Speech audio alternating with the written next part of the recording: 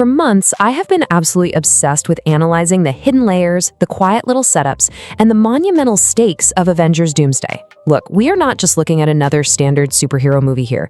We are looking at the culmination of a vast, intricate puzzle that has been slowly, almost invisibly, assembling itself in the background of almost every single recent film. So today, I want us to take a really methodical journey together to reveal the true existential threat of this story. Because let me tell you, it goes way, way beyond a single man in an iron mask. Let's just address the elephant in the room right off the bat. When that first trailer dropped, a pretty significant portion of the audience felt, well, a sense of mild disappointment. It just didn't quite carry that world-shattering, breath-stealing hype that we all experienced years ago with the Infinity War or Endgame trailers, right? And I think this really stems from the widespread feeling that Doctor Doom is just being kind of forced into the main villain role. People feel like he lacks that proper decade-long build-up, which makes his sudden elevation to this massive Avengers-level threat feel completely rushed. But I'm going to explain to you why that perception is actually a massive cinematic trick. The reality here is that the studio is deliberately confusing us. While it absolutely feels like Doom is just coming out of nowhere to suddenly replace Kang, Doomsday is technically Doctor Doom's second major live-action appearance in this saga. Remember, we already saw him alongside Franklin Richards in that wild post-credit scene of Fantastic Four: First Steps. And even before that, if you were paying really close attention during Deadpool and Wolverine, a copy of the Secret Wars comic featuring Doctor Doom's iconic mask was literally just lying there in the dirt of the void. The seeds have absolutely been planted, we just haven't been looking at the right soil. To truly understand what's happening here, we have to break down what I like to call the cinematic misconception about Thanos. We all look back at the Infinity Saga with these rose-tinted glasses, believing Thanos was this constant, looming presence from day one. But let's look at the actual facts for a second. Before Infinity War, Thanos had incredibly few minutes of actual screen time. He turned his head and smiled in the post-credits of the Avengers, he sat in a floating space chair for a minute in Guardians of the Galaxy, and he grabbed a gauntlet in the post-credits of Age of Ultron. That was essentially the whole shebang. Thanos himself was barely even a character before he actually stepped onto that Asgardian refugee ship. So the absolutely crucial point is this: the massive weight and that feeling of just pure emotional dread in the Infinity Saga did not come from Thanos himself. The tension came from the constant, deliberate, and methodical buildup of the Infinity Stones. Almost every single movie in that entire era introduced a stone, explained its catastrophic power, and showed us exactly what happened when it fell into the wrong hands. By the time Thanos finally arrived to collect them, we already knew the terrifying stakes. We didn't actually need Thanos to be deeply fleshed out yet, because his terrifying agenda was entirely defined by the devastating objects he was hunting down. Now, apply that exact same logic to what we're watching right now.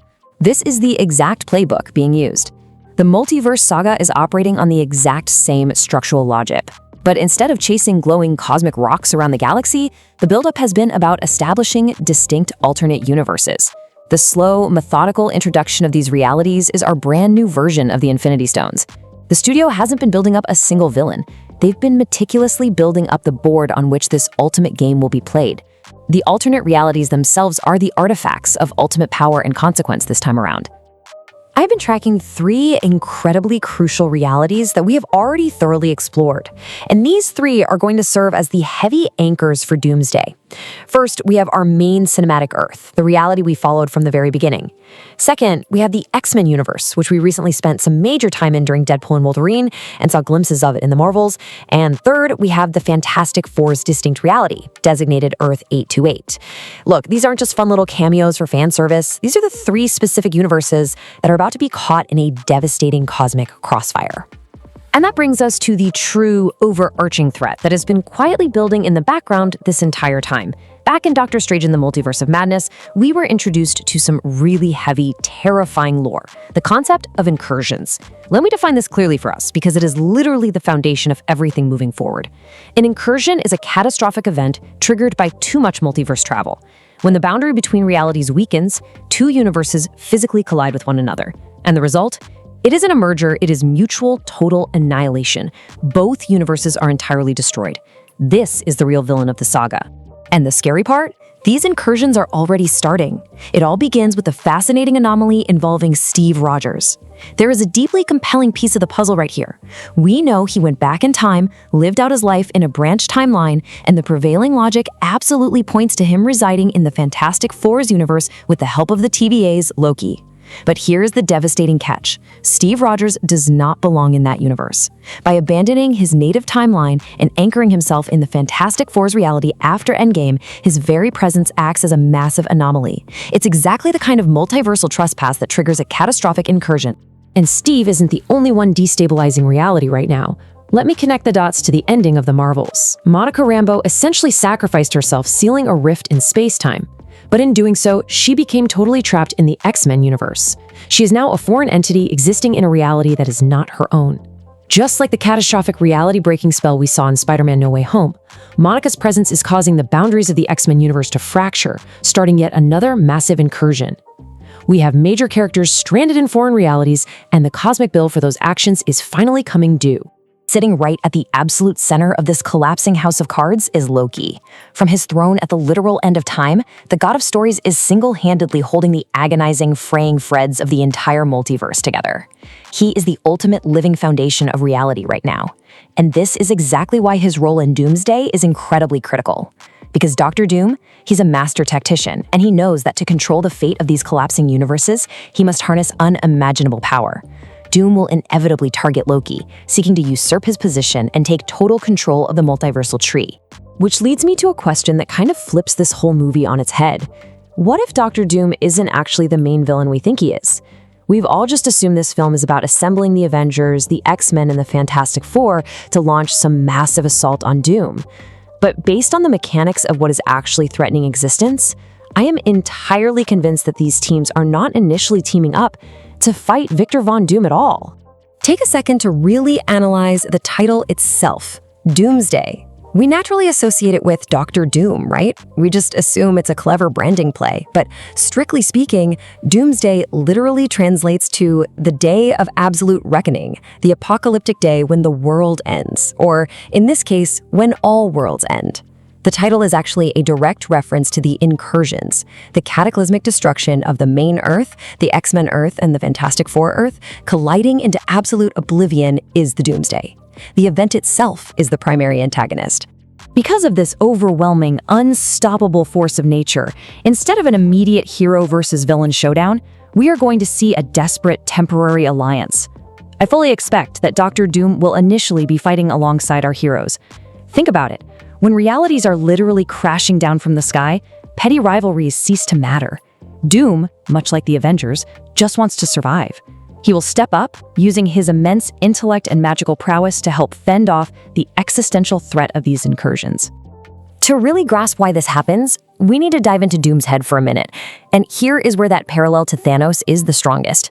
Thanos genuinely believed that wiping out half of life was an act of mercy, right? He saw himself as the only person with the will to do what was necessary.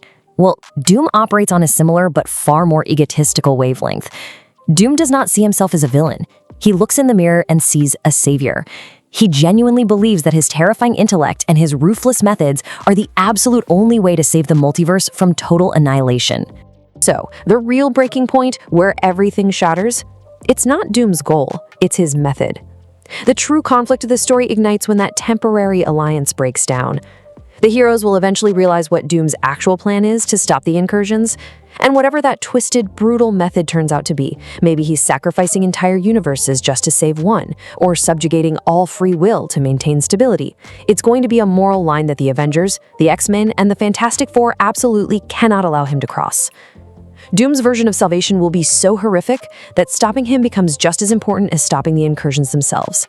Now, this massive, intensely layered plot is exactly why that recent trailer felt a little lacking in jaw-dropping surprises for the hardcore audience. If you felt underwhelmed, I promise you, it wasn't because the story lacks scale. It's because the trailer simply validated a massive, comprehensive list of plot leaks that we already suspected were real. We were essentially just watching high-definition confirmations of story beats we've been analyzing for months. There was no shocking reveal because, well, we had already successfully pieced together the puzzle of the incursion plotline. One of those massive plot beats we saw confirmed is something we have been waiting literally decades to see on screen: the Avengers versus the X-Men. In the sheer chaos of colliding realities and the massive misunderstandings fueled by the absolute desperation of saving their respective universes, these two iconic factions will inevitably come to blows. This conflict deeply heightens the emotional scale of the whole thing. It's not just a CGI spectacle. It's characters we love, fighting for the literal survival of their home dimensions against other characters we love, long before they realize who the true puppet master of the situation might become. We also got this incredibly quick but massive moment that holds so much weight. Loki providing Steve Rogers with a TVA card. This completely cements the theory I detailed earlier. This card is a multiversal lifeline. It allows Steve to make a desperate, reality-hopping crossover from the doomed Fantastic Four universe all the way back to the main Earth to warn them, or to seek help. It is absolutely brilliant because it ties the narrative threads of the TVA, the Fantastic Four, and the original Avengers together in one incredibly vital prop. But honestly, the most terrifying visual implication confirmed by the trailer is Dr. Doom's tactical genius coming into play. Doom isn't just going to use magic, he is an unparalleled engineer. We are going to see Doom manipulating, upgrading, and fully unleashing the X-Men's own Sentinels against the united heroes of these 3 different universes. Just take a second to imagine the sheer terror of giant mutant-hunting robots completely reprogrammed and infused with Doom's Latverian technology and dark magic, hunting down Reed Richards, Cyclops, and Sam Wilson simultaneously. It is an overwhelming physical threat to completely complement the cosmic one. And the sheer visual scale of this apocalypse, it's only getting bigger. We've already seen upgraded shots restoring the massive oceans of Wakanda and those Fantastic Four teases since the earlier previews dropped. The studio is continuously refining these digital landscapes to make the end of the multiverse look as breathtaking as it is terrifying. We are absolutely going to see a massive upgrade to this cinematic apocalypse as we get closer and closer to release. But beneath all this massive spectacle, I really want to emphasize that this story is fundamentally going to take its time to deeply explore Victor Von Doom as a deeply flawed, incredibly tragic character. We are going to slowly dive into the Gothic kingdom of Latveria, exploring his complex family history, his absolute mastery of both science and sorcery, and the devastating tragic backstory behind those facial scars. We need to intimately understand his immense pain and his unbreakable ego to truly understand why he believes he is the only one fit to rule what remains of creation. Which brings us to the ultimate, inescapable consequence of this entire explainer. We are facing a terrifying scenario where 3 distinct, incredibly beloved universes are on an unavoidable collision course.